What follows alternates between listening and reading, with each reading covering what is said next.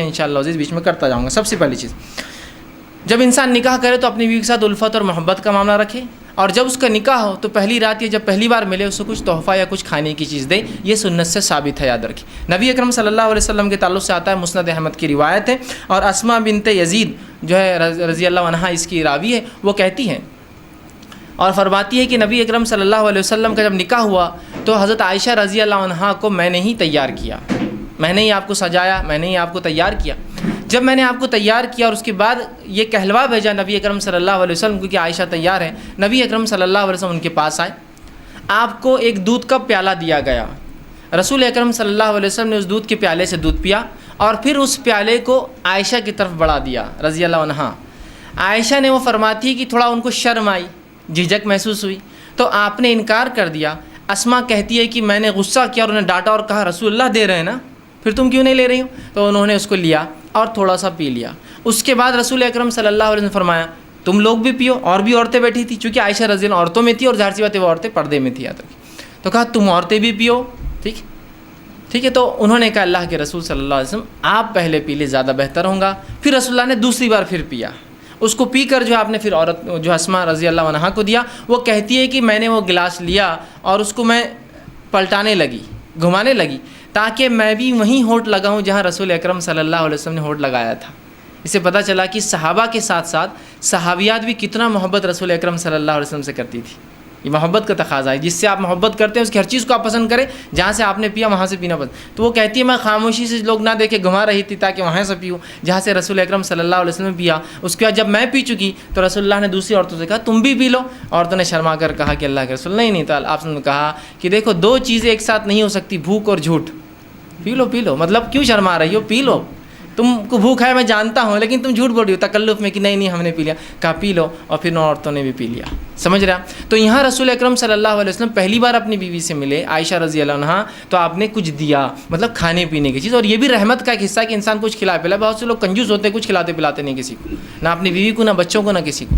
تو بہرحال بیوی سے جب پہلی بار ملے تو کچھ کھانے پینے کا دے، کچھ بھی ہو سکتا ہے آج کے دور کے اندر، آپ مٹھائی لے جا سکتے ہیں، اینی تھنگ، مطلب کچھ بھی ہو سکتا ہے جو محبت اور الفت بڑھانے کے لیے۔ اور کھانا پینا ایک ایسی چیز ہوتی ہے جس کے کرنے سے لوگوں میں آپ کی طرف محبت مائل ہوتی ہے۔ آپ دیکھیے کسی کو آپ بلانا چاہتے ہیں، کسی سے کچھ کام کروانا چاہتے ہو تو کیا کرتے ہیں؟ اس کو چلو ڈھابے پر، چلو کھانے پر، سر گھر پہ کب آ رہے ہیں آپ کھانے کی، تو پروموشن چاہیے آپ کو، ٹھیک۔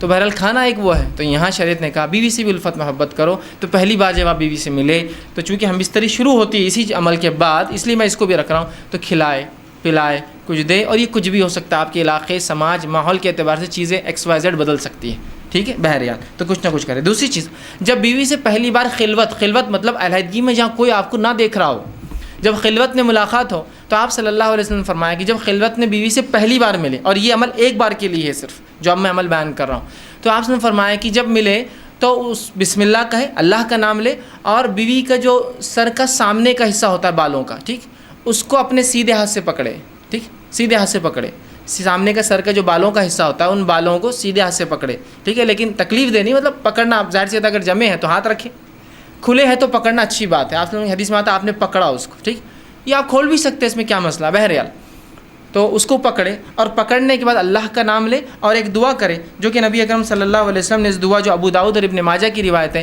یہ دعا کرے، اور یہ دعا صرف ایک بار کرنا ہے آپ کو جب آپ خلوت میں پہلی بار اپنی بیوی سے ملیں گے، ہم بستری سے پہلے یاد رکھیں، اور یہ دعا کرے اللہم انی اسألک من خیرہا وخیر ما جبلتہا علیہ، اے اللہ میں تجھ سے اس کے خیر کا سوال کرتا ہوں، اور جس خیر پر تو نے اسے پیدا کیا اس خیر کا سوال کرتا ہوں۔ اور پھر فرمایا علیہ واعوذ بک من شرہا وشر ما جبلتہا علیہ، اور میں پناہ مانگتا ہوں تجھ سے اس کے شر سے، اور میں پناہ مانگتا ہوں تجھ سے اس کے شر سے، اور اس شر سے جس پر تو نے اس کو پیدا کیا ہے۔ تو بہرحال یہ ایک بار دعا کرنا ہے آپ کو۔ دیکھیے دعا کتنی دیکھیے اہم اور کتنی اچھی ہے کہ اللہ میں سوال کرتا ہوں تجھ سے اس کی خیر کا، اس خیر کا جس پہ تو نے اسے پیدا کیا ہے، اور اس خیر کا جسے پیدا کیا، اور تجھ سے پناہ مانگتا ہوں اس کے شر سے، اور جس شر پہ تو نے اس کو پیدا کیا ہے۔ یہ پہلی بار آپ کریں گے۔ اس کے بعد اب جب ہم بستری کا ارادہ کرتے ہیں تو اس سے پہلے آپ ایک اور دعا کریں گے۔ یہ دعا کامن ہے، ہر آدمی کو ہر بار ہم بستری سے پہلے یہ دعا کرنی چاہیے، یہ بہت اہم دعا ہے۔ لوگ پوچھتے ہیں نہیں کرے تو کیا ہوا، نہیں کرے تو کیا ہوا، نہیں بولے تو کیا ہوا، بہت سی چیزیں ہوتی ہیں۔ تو میں ہمیشہ سوال کرتا ہوں لوگوں سے، چلیے آپ گاڑی چلاتے ہیں، کار ٹو ویلر چلاتے ہیں، اور ہاں سیٹ نہیں ہوئی تو کیا ہوا، ہارن نہیں ہوا تو کیا ہوا،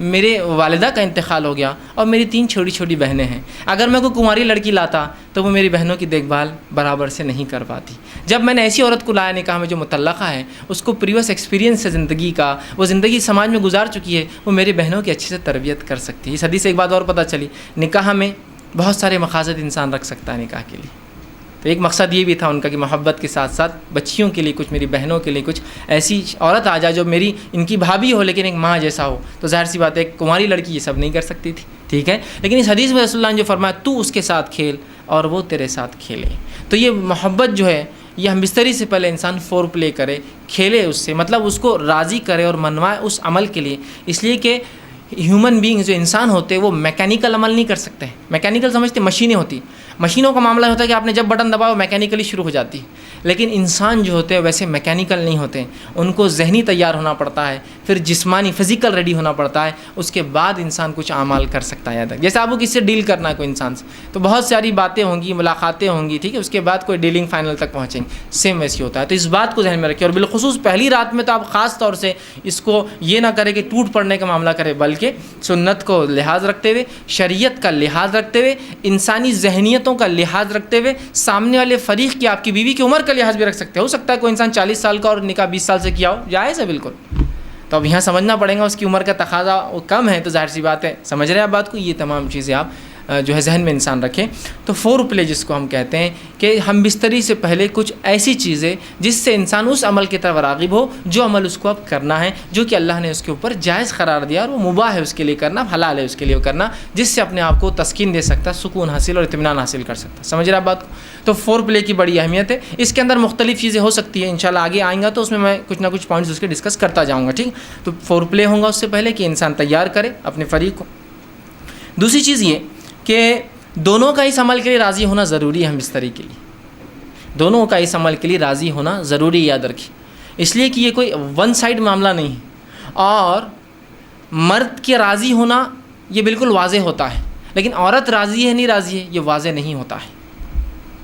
مرد اس عمل کے لیے راضی ہے، وہ ظاہر ہے، اس کی جسمانی کیفیت اور اس کا جسمانی کیفیت اس کی اشارہ کر دیتی ہے کہ مرد تو راضی ہے اس عمل کے لیے، لیکن ظاہر سی بات ہے عورت کے اندر ایسی کوئی چیز نہیں ہے جس سے پتہ چل سکے کہ اس عمل کے لیے وہ راضی ہے۔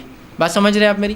ٹھیک، تو ظاہر سی بات ہے دونوں کی رضامندی ضروری ہے۔ تو مرد راضی ہے عورت سمجھ سکتی ہے، لیکن عورت راضی ہے مرد سمجھ نہیں سکتا ہے، اس کے ظاہر سی بات ہے جسمانی اعتبار سے، تو اس کو اس معاملے میں تیار کرنا ہوگا، اس کو اس معاملے میں پوچھ سکتے ہیں آپ، اس کو اس معاملے میں اس کی بھی حامی لے سکتے ہیں آپ، اور حامی اس کا ہاں ہر بار زبان سے بولنا نہیں ہے، کچھ باتیں آپ سمجھ سکتے ہیں جس کا ہاں ہوتی ہے، سمجھیں نا، انسان کی آنکھوں کے اشارے، جسمانی ہوا جس سے انسان سمجھ سکتا ہے کہ اس کا معنی ہاں ہے۔ اس معاملے میں خواتین سے میری بالخصوص درخواست یا نصیحت جو ہوگی وہ یہ ہے کہ بہت ساری عورتیں، مرد تو راضی ہے اس عمل کے لیے، پہلے دن کی بات، جب ہم عام بات کر رہے ہیں تو یہ بات یاد رکھیے، اور یہ ہمیشہ کے لیے عام اعتبار سے بھی اور اس دن کے لیے بھی خاص بھی ہے، نکاح کے رات بھی اور اس کے بعد بھی، کہ عورتیں جو ہے اپنی رضامندی کا بھی اپنے شوہر سے اظہار کرے۔ اگر وہ یہ نہیں کرتی تو بہت ساری طلاق کی صرف یہ وجہ بنتی، یاد رکھیے، کہ وہ کہتا ہے کہ میری بیوی میں سے کبھی راضی نہیں، آج تک اس نے ایک بار بھی مجھ سے جو ہے محبت کی بات نہیں کہی یا محبت کے لیے خود راضی نہیں ہوئی۔ تو عورتوں کو بھی اس معاملے میں آگے حصہ لینا پڑے گا بڑھ کر، چونکہ یہ ایک ایسی چیز ہے جس میں صرف مرد شامل نہیں ہے۔ اگر عورت اپنا حصہ نہیں رکھیں گی تو مرد کے لیے، میں معاف کرنا الفاظ اگر میرے سخت لگ رہے ہو تو، لیکن سمجھیے اس بات کو، مرد کے لیے صرف آپ ایک کھلونا ہو جائیں گے، اس کے علاوہ آپ کی کوئی حیثیت نہیں باقی رہیں گی۔ حضرت رسول اللہ کیا فرما رہے ہیں کہ تو اس کنواری سے نکاح کرتا تو وہ تجھ سے کھیلے اور تو اس سے کھیلے۔ دیکھیے الفاظ غور کیجیے حدیث کی، دونوں کے لیے کہا، یہ نہیں کہا کہ تو اس سے کھیلے، وہ تجھ سے کھیلے اور تو اس سے کھیلے۔ تو یہاں رسول اللہ صلی اللہ علیہ وسلم اشارہ کر رہے ہیں کہ اگر کنواری ہوتی تو وہ تجھ سے کھیلتی، مطلب وہ ایک پارٹ بنتی اس گیم کا، وہ اس کھیل کے اندر تیری حصے دار بنتی، شریک بنتی۔ تو یہ باتیں، یہ بیاہی، اب دیکھیے بہت سی بار میں سمجھتا ہوں شوہر کے ساتھ کمرے میں رہ کے بھی آپ بیاہی کا سوچیں گے تو میں سمجھتا ہوں اب کوئی تقاضے باقی نہیں رہے۔ یہاں بیاہی اور حیائی کچھ نہیں ہے، اب آپ کا شوہر ہے وہ، یہ آپ کو سمجھنا پڑے گا، ٹھیک ہے۔ تو یہاں عورتیں اپنی رضامندی کا اظہار کریں، جو مختلف طریقوں سے وہ کر سکتی ہے، یاد رکھیں مختلف طریقوں سے کر سکتی۔ جب یہ عورتیں اس میں لیک کر جاتی ہے، کمزور پڑ جاتی ہیں، تو مرد کو ایسی عورتیں پسند آ جاتی ہیں جو اس طرف اشارے کرتی ہے اور مائل کرتی ہیں۔ جو بری عورتیں ہوتی ہیں، جو فحشائیں ہوتی ہیں، وہ اپنی رضامندی کا کنٹینیوس اظہار کرتے رہتی ہیں۔ تو جب عورتیں ہیں جن کے لیے جائز اپنے شوہر سے جو کام کرنا، تو کیوں نہیں وہ اپنے اظہار کرتی، کیوں نہیں بتا رہی ہو؟ چونکہ مرد راضی ہے تیار ہے اس کے جسمانی کیفیت سے پتہ چل جاتا ہے، عورت کو کیسے پتہ چلیں گے اب تک کہ آپ نہیں بتائیں گی.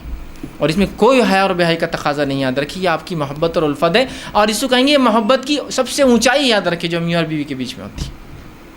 تو آپ بھی اپنی رضامندی کا ضرور جو اپنے شوہر سے اظہار کریں، ٹھیک ہے. ورنہ اکثر طلاقوں کی وجہ یہ بنتی ہے کہ بیوی، شوہر کا دعویٰ ہے کہ بیوی نے آج تک فلاں نہیں کیا، اور پھر وہ الزام لگاتا ہے اس کا سیکس کمزور ہے یا اس کی قوت باہ اس میں نہیں ہے اور فلاں نہیں ہے اور فلاں نہیں ہے. تو وہ سب طرف کیوں جا رہے ہیں؟ شریعت نے آپ کو بتا دیا، رسول اللہ صلی اللہ علیہ وسلم کہہ رہے ہیں. اور ظاہر سی بات ہے ہر چیز کھول کر بیان کرنا ضروری نہیں. کیا اتنا کافی نہیں تو اس سے کھیلے اور وہ تجھ سے کھیلے؟ اتنا کافی نہیں ہے ہمارے لیے سمجھنا؟ کیا اور وضاحت چاہتے ہیں آپ پوری چیز؟ کیا پورا پکچر دکھانا چاہتے ہیں؟ کیا یہ بتائے تو ہم کو سمجھ میں آئیں گے؟ نہیں، اشارہ کافی ہوتا ہے. اور مومن کے لیے تو اشارے بہت زیادہ کافی ہوتے ہیں. عقل مند کو اشارہ کافی ہوتا ہے. لوگ کہتے ہیں، میں کہتا ہر مومن عقل مند ہوتا ہے اور اس کو اپنے نبی اور شریعت کے ہر اشارے کافی ہو جاتے ہیں، وہ سمجھ جاتا ہے باقی کیا ہے. تو عورتوں کو بھی اشارہ ہے اس حدیث کے اندر. بہرحال آگے بڑھیے. اب انسان جو ہے جمع کیسے کرے، یہ تو پہلے کا ہوا، اور کچھ باتیں نکاح کے لیے خاص اور کچھ عام تھی. اب نکاح کی رات بھی ہو سکتی ہے اس میں انوالو، اور ادر زندگی کا اور حصہ جہاں میاں بیوی ہم بستری کرنا چاہتے. اب جمع کیسے کرے؟ جمع سے مراد، جب میں الفاظ کہہ رہا ہوں تو شرمگاہ کا جمع ہونا اور ملنا اس سے مراد ہے میرا، یاد رکھیے، ٹھیک ہے. کہ انسان اب جمع کیسے کرے، اس کے تعلق سے بہت ساری غلط فہمیاں ہوتی ہیں. انشاءاللہ آج اس کے ازالے کرنے کی کوشش کروں گا. اب انسان اپنی بیوی سے کیسے جمع کر سکتا ہے؟ آئیے اللہ رب العزت کا جواب اپنی کتاب، اس کی کتاب میں جو اس نے دیا اس سے ہم شروع کرتے ہیں. اللہ رب العزت فرماتا اور کہتا ہے سورہ بقرہ سورہ نمبر 2 آیت نمبر 223، اور فرماتا ہے نساء حرث لکم فأتوا حرثکم ان شئتم.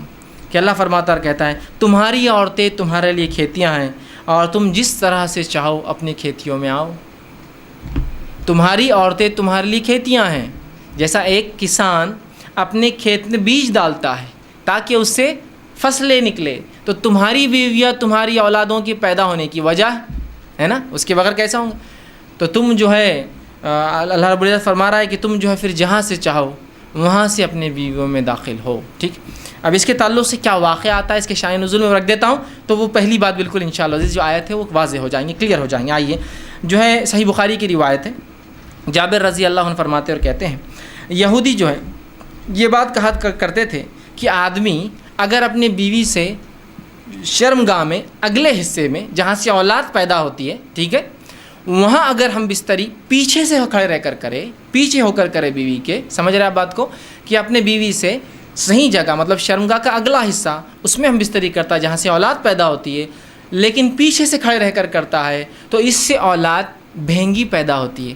مطلب آنکھیں اس کی اسکوئنٹ جس کو کہتے ہیں، مطلب آنکھ ڈھلتی ہوئی یا دونوں آنکھ ڈھلتی ہوئی ہوتی ہے، بھانگا جس کو عام زبان میں کہتے ہیں، ٹھیک ہے، یہ بھینگا جس کو بولتے ہیں، تو ویسا پیدا ہوتا ہے. جب یہ بات صحابہ تک پہنچی تو صحابہ نے رسول اللہ سوال کیا، اللہ کے رسول یہودی کہتے ہیں کہ ایسا اگر کرنے سے بچہ بھینگا پیدا ہوتا ہے، اسکوئنٹ ہوتی ہے اس کی آنکھیں، ڈھلتی ہوئی ہوتی ہے، خراب ہوتی ہے، دونوں بیچ میں آ جاتی ہے. تو آپ صلی اللہ علیہ وسلم نے اس کے جواب میں اللہ رب العزت نے یہ آیت نازل کی. جب یہ آیت نازل ہوئی تو آپ نے فرمایا اور کہا آگے سے یا پیچھے سے مگر مقام پیدائش میں. آپ نے کیا کہا؟ آگے سے یا پیچھے سے لیکن مقام پیدائش میں.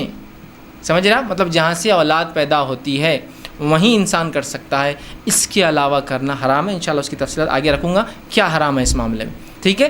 تو چاہے انسان آگے سے ہو پیچھے سے ہو لیکن مقام پیدائش میں. آئیے دوسری روایت، عبداللہ ابن عباس رضی اللہ عنہ فرماتے ہیں، یہ ابو داؤد کی روایت، آپ نے فرمایا تھوڑی طویل روایت ہے لیکن بہت ساری باتیں علم کی اس میں آ رہی ہے اس روایت کے اندر، بالخصوص اس مسئلے کے تعلق سے.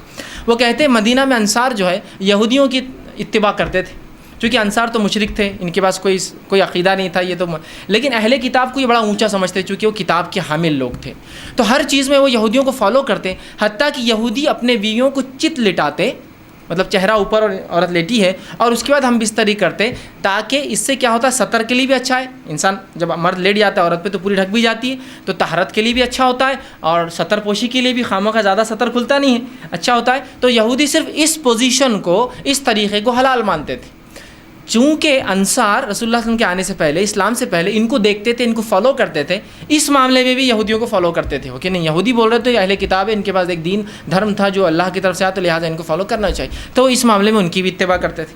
عبداللہ ابن عباس رضی اللہ عنہ فرماتے ہیں لیکن ہم جو مہاجر تھے، ہم مکے والے لوگ، مکے کے جو لوگ تھے، وہ مختلف قسم سے اپنے بیویوں سے تعلقات قائم کرتے، آگے سے پیچھے سے لٹا کر، ہاتھوں پہ ان کو کھڑے کر کے، مختلف چیزوں سے، اور جنس کی جو ہے ہم بستری کی لذتیں اٹھایا کرتے تھے.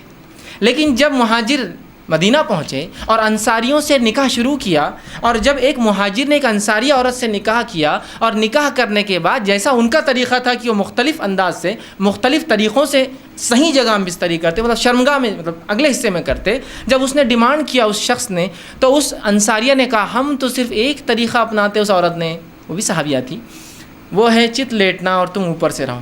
اس نے کہا ایسا کیوں؟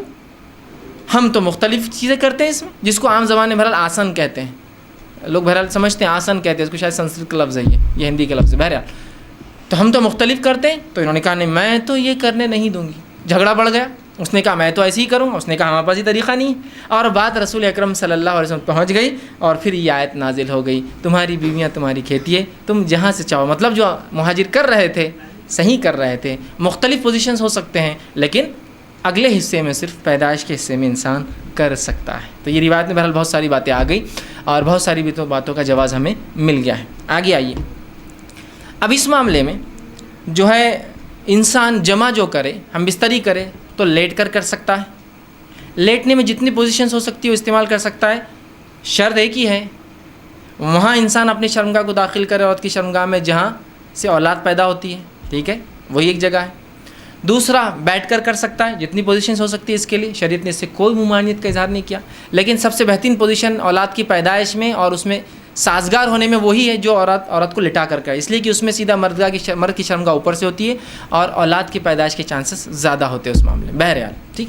اس کے بعد بیٹھ کر جتنے طریقے ہو سکتے ہیں، جتنی پوزیشنز ہو سکتی ہے، جس میں میں جو بتا رہا ہوں بات آپ سمجھ رہے ہیں کہ شرمگاہ مرد کی عورت سے ملے اور سامنے کے حصے میں آپ کے لیے جائز ہے۔ اسی طرح کھڑے رہ کر جو کچھ ہو سکتا ہے، اس میں کوئی ممانعت نہیں ہے، کراہت ہو سکتی ہے، ناپسندیدگی ہو سکتی ہے، لیکن ممانعت کسی میں بھی نہیں، حرمت کسی میں بھی نہیں، بیٹھ کر، لیٹ کر، کھڑے رہ کر کچھ بھی ہو سکتا ہے۔ ابھی بات کا ازالہ میں کر دوں، بہت سے لوگوں نے عجیب عجیب باتیں لکھ دی، اللہ ان پر رحم کرے، جس کی وجہ سے امت کو خواہ ایسی مشکلات اور تکلیفوں میں ڈالا جو شریعت نے نہیں دی، کہ کھڑے رہ کر کرے تو اولاد لنگڑی پیدا ہوتی ہے، بیٹھ کر کرے تو اولاد فلاں پیدا ہوتی ہے، پیچھے سے کرے۔ آج بھی میں کہہ رہا ہوں کہ اگر کوئی لڑکا بہنگا آ جاتا ہے جس کی آنکھیں اسکوئنٹ ہو، اس کی آنکھیں برابر نہ ہو، تو عورتیں ایک دوسرے کو دھکا دے کے ہنستی مجلس ان کے ماں باپ نے کیا کرے تھے دیکھو بچہ، آج بھی میں کہہ رہا ہوں کیسی عجیب بات ہے، شریعت کلیریفیکیشن دے رہی ہے، قرآنی آیتیں نازل ہو رہی ہے، اور اس کے بعد بھی کہ ہماری عقلیں، اب عقلوں کا کیا بھائی، علم کی کمی ہی یہ سب چیزوں کی وجہ ہے۔ لا علمی جو نقصان پہنچاتی ہے نا، وہ کوئی چیز، کوئی ہتھیار، کوئی دشمن آپ کو جو نقصان نہیں پہنچائیں گے نا، آپ کی اور ہماری لا علمی اسلام کے تعلق سے نقصان پہنچاتی ہے۔ بہرحال تو کوئی بھی پوزیشن اختیار کر سکتے، کوئی ممانعت کسی بھی پوزیشن کی ثابت نہیں ہے، ٹھیک۔ اسی طرح سیکنڈ چیز، ہم بستری کے اندر بیوی کو چومنا اور بوسہ لینا جسم کے ہر حصے کو جائز ہے، تمام اعضاء کو چومنا یا بوسہ لینا آپ کے لیے جائز ہے۔ اس کے مختلف طریقے ہو سکتے، وہ تمام جائز ہے۔ بوسہ لینے کے مختلف طریقے ہو سکتے، پورے جائز ہے۔ انسان جو ہے مختلف سر پہ لیتا ہے، پیشانی پہ لیتا ہے، گال پہ لیتا ہے، اور ہونٹ پر لے سکتا ہے، تمام جائز ہے۔ اس کے علاوہ جسم پر لے سکتا ہے، یہ جائز ہے۔ تمام جسم پہ بوسہ لینا اور چومنا جائز ہے، انکلوڈنگ ایوری تھنگ میں کہہ رہا ہوں، ٹھیک۔ اس کے بعد دوسری جو غلط فہمی ہوتی ہے، لوگ سوال کرتے ہیں، وہ یہ ہے کیا میاں بیوی ایک دوسرے کے جسم کو تمام حصوں کو ہاتھ لگا سکتے ہیں؟ تو ہاں، میاں اور بیوی اپنے جسم کے تمام حصوں کو ہاتھ لگا سکتے ہیں، انکلوڈنگ ملا کر اپنی شرمگاہ کا اگلا اور پچھلا حصہ ہاتھ لگانے میں اجازت ہے۔ اسی طرح میاں اور بیوی اپنے جسم کے تمام حصوں کو دیکھ سکتے ہیں، انکلوڈنگ اگلا اور پچھلا حصہ شرمگاہ کا۔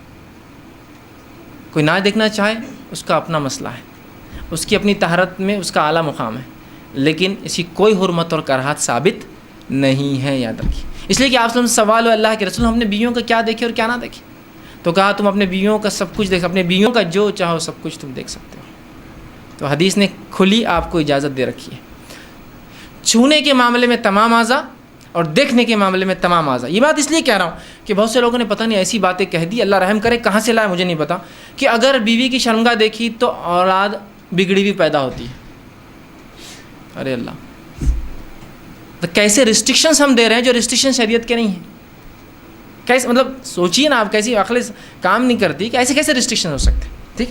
تو لہٰذا اس بات کے تعلق سے لوگ بہت سوال کرتے ہیں، میں نے اس کا کلیریفیکیشن پورا بہرحال سوال کے تعلق سے دے دیا۔ دونوں ہی چیزیں یاد رکھیں، چھونے کے معاملے میں اور دیکھنے کے معاملے میں میاں اور بیوی کو کمپلیٹ رائٹ ہے، کمپلیٹ حق ہے، وہ جو چاہے اس معاملے میں کر سکتے ہیں، یاد رکھیں، ٹھیک۔ اب آئیے اس معاملے میں ہم بستری میں منائی کس چیز سے ہے وہ بھی دیکھ لیں، اور افضل کب اور کہاں اور کیسے ہے، ٹھیک، وہ بھی ایک دیکھ لیتے ہیں۔ آئیے آگے بڑھیے۔ تو اس معاملے ہم بستری میں دبر پیچھے سے، مطلب شرمگاہ کے پچھلے حصے میں عورت کے داخل ہونا حرام ہے، جس کو عام زبان میں کہیں گے پیخانے کی جگہ، ٹھیک۔ عورتوں کے جو شرمگاہ ہوتی ہے وہ مردوں کے مقابلے میں مختلف ہوتی ہے اس معاملے میں کہ مرد کی شرمگاہ کا ایک ہی حصے سے پیشاب بھی نکلتا ہے اور منی بھی نکلتا ہے، لیکن عورتیں مختلف، تو عورتوں کے پیشاب کی جگہ الگ ہوتی ہے اور شرمگاہ الگ، جہاں اولاد پیدا ہوتی ہے وہ جگہ الگ ہوتی ہے، اور پیخانے کی جگہ الگ ہوتی ہے۔ تو مردوں میں 2 ہی حصے ہیں جہاں سے نکلتا، عورتوں میں 3 ہوتے ہیں، یاد رکھیے۔ تو یاد رکھیے مرد کے لیے عورت کی جو ہے شرمگاہ کے علاوہ کوئی بھی عمل کرنا درست نہیں، اور بالخصوص دبر کی تو حرمت شریعت نے اتنی سخت ثابت کی۔ مسند احمد کی روایت ہے، جو ہے ام سلمہ رضی اللہ عنہ فرماتی ہیں، جب مہاجرین انصار کے پاس مدینہ آئے تو ان کی عورتوں سے جو ہے شادیاں رچائی۔ مہاجر عورتوں کو زمین پر لٹا کر یا ان کے ہاتھ کو زمین پر رکھ کر گھٹنوں کے بل ان کو کر جمع کرتے تھے، فائدہ اٹھاتے تھے۔ مہاجرین میں سے ایک آدمی نے انصار کی عورت سے نکاح کر لیا اور ارادہ کیا کہ ویسے ہی کام کرے جیسا وہ ان کے پاس چلن تھا کرے، تو اس نے انکار کر دیا اور کہا جب تک رسول اکرم صلی اللہ علیہ وسلم پوچھ کر نہیں آؤں گی عمل نہیں کرنے دوں گی۔ اس نے کہا ٹھیک ہے جا پوچھ کر آ جا۔ وہ عورت صبح ہونے کے بعد رسول اکرم صلی اللہ علیہ وسلم کے پاس پہنچی، جب خدمت میں پہنچی تو بڑی شرم آئی، کیسے پوچھوں کیسے پوچھوں۔ تو ام سلمہ رضی اللہ عنہا جو آپ کی بیوی تھی ان سے کہا کہ ذرا آپ رسول اللہ سے پوچھ دیجئے نا کہ یہ عمل کیا جائز ہے۔ تو آپ صلی اللہ علیہ وسلم نے یہ آیت پڑھی جو آیت نازل ہوئی تھی سورہ بقرہ کی، میں نے پہلے لکھ دی، نساؤکم حرث لکم فاتوا حرثکم انا شئتم، تمہاری بیویاں تمہاری کھیتی ہے، جہاں سے چاہو داخل ہو جاؤ، جو ہے، اور وہ آگے اللہ کے رسول نہیں مگر ایک ہی جگہ مقام پیدائش کا داخل ہو، لیکن نہیں مگر ایک ہی جگہ مقام پیدائش۔ تو اس سے پتہ چلا دبر میں داخل ہونا، پیخانے کی جگہ یا انال سیکس جس کو کہتے ہیں، شریعت میں حرام ہے، اور اتنا سخت حرام ہے کہ اس کی حرمت کے تعلق سے 3 ہی حدیثیں رکھتا ہوں آپ کے سامنے۔ پہلی حدیث آپ سے فرماتے ترمذی اور ابن حبان کی روایت، آپ نے فرمایا اور کہا اللہ تعالیٰ ایسے آدمی کی طرف نہیں دیکھیں گا یا دیکھنا گوارا نہیں کرے گا جو اپنے بیویوں سے دبر میں جمع کرتا تھا، پیخانے کی جگہ جو ہے جمع کرتا تھا، اس کی طرف دیکھنے والا نہیں اللہ قیامت دن، اور اللہ کا نہیں دیکھنا مطلب اللہ کا رحم نہیں کرنا۔ دوسری روایت ابو داؤد کی روایت، آپ سے فرماتے وہ آدمی ملعون ہے، اللہ کے نزدیک لعنتی ہے، فرشتوں کے نزدیک لعنتی ہے، انسانوں کے نزدیک لعنتی ہے، جو فرماتے ہیں جو محاش یعنی دبر میں عورت کے داخل ہو۔ دوسری روایت۔ تیسری روایت بہت سخت ہے، آپ سے فرماتے ہیں نسائی کی روایت، آپ نے فرمایا جس آدمی نے حائضہ عورت سے ہم بستری کی، جس آدمی نے اپنے بیوی سے دبر میں دخل کیا، اور جس آدمی نے یا عورت نے جو ہے کسی کاہن کے پاس جایا، نجومی کے پاس گیا اور اس کی بات کی تصدیق کی، ہاں یہ تو صحیح کہہ رہا ہے، اس نے اس چیز کا انکار کیا جو محمد پر نازل ہوئی ہے، مطلب وہ شریعت کا منکر ہے، وہ کافر ہے۔ اب لا علمی میں سمجھتا ہوں کتنے لوگ یہ گناہ کر چکے ہیں اپنی زندگی میں، لوگوں کو لگتا ہے یہ تو کوئی بات ہی نہیں، روٹین آف لائف ہے، ٹھیک۔ لا علمی کتنی خطرناک ہو سکتی، سمجھ رہے ہیں آپ، کہ اس نے اس چیز کا انکار کیا جو محمد پر نازل ہوئی، وہ منکر شریعت ہے، وہ اسلام کا منکر آدمی ہے جو دبر میں داخل ہوتا ہے۔ ہم کو معمولی لگتا ہے، شریعت کے نزدیک بہت سنگین جرم، تو علم بہت ضروری ہے ہر معاملے میں، بہرحال ٹھیک۔ تو یہ تینوں روایت بہرحال اس چیز کی وضاحت کر رہی تھی کہ تحریم دبر ہے۔ اب آئیے کچھ باتیں وضاحت